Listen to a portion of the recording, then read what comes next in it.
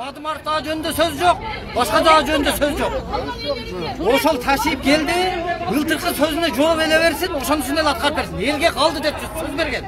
Oşol ele sözün atkar versin oşol. Siz az içkeriye girip çıktınız mı? Men girip çıkalak, men girelek men. Girgizbey atsa.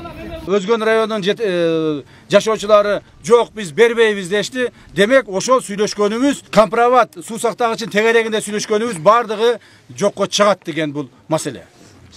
Жокко чыгат. Эми компромат суусунун бизге азыркы күндөгү пайдалуулугу, бүгүнкү күндөгү ушуга чейинки пайдалуулугу.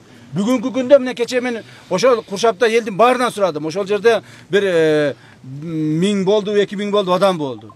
Бүгүнкү күндө компромат суу сактагычы бизге эмне пайда, эмнеси менен пайда дегенибизде бардыгы айт, эч нерсесинин пайдасы жок, только зыяны бар.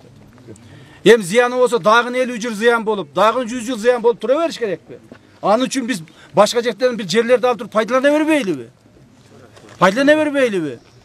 Андай кылбастан жок, зыян болсо дагы тура берсин, жер дагы, суу дагы биздики тура берсин деп атышат. Эл айтса биз макул болобуз.